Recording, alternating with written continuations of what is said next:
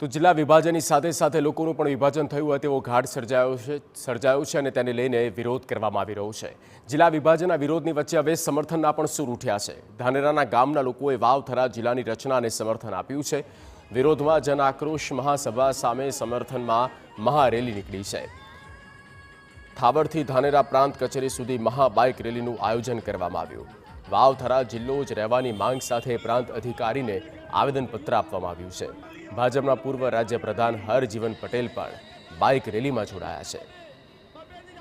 જિલ્લા વિભાજનને લઈને ધાનેરામાં છેલ્લા ઘણા સમયથી વિરોધ ચાલી રહ્યો છે, જેના ભાગરૂપે 2 દિવસ ધાનેરાના અપક્ષના ધારાસભ્ય માવજી દેસાઈ, ભાજપના પૂર્વ ધારાસભ્ય મફતલાલ પુરોહિતે જન આક્રોશ મહાસભા યોજી હતી, જેનો હવે વિરોધ કરતા જિલ્લા વિભાજનને સમર્થન અપાયું અને મહાબાઇક રેલીનું આયોજન કરવામાં આવ્યું।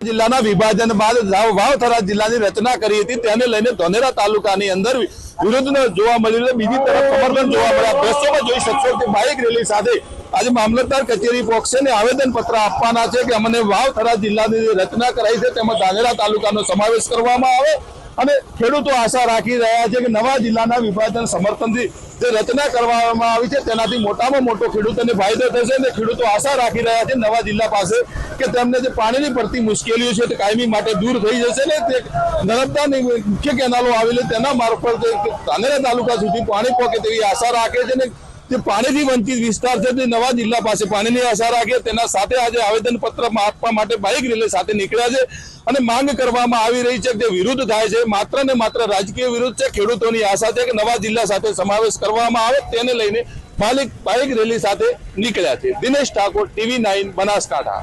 અમુક લોકો વિરોધ કરવાનું કારણ છે ભવિષ્ય માટે કે એમના પોતાના સ્વાર્થ માટે વિરોધ કરતા હોય, બાકી એમાં વિરોધ કરવાનું કોઈ તમે જોઈ શકો છો। સમગ્ર બનાસકાંઠા જિલ્લાનો આપણે ધાનેરા તાલુકાનો ખેડૂત વર્ગ છે, તમામ સમાજનો એ થરાદ વાવમાં જવા માટે સંમત છે।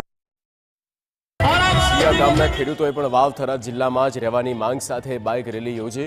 મોટી સંખ્યામાં લોકો જિલ્લા વિભાજનના સમર્થનમાં બાઇક રેલીમાં જોડાયા। ખેડૂતોની માંગ છે કે ધાનેરાને વાવ-થરા જિલ્લામાં સમાવેશ આપવામાં આવે। સ્વાર્થ માટે રાજકીય લોકો વિરોધ કરી રહ્યા હોવાના પણ આક્ષેપો લગાવવામાં આવ્યા।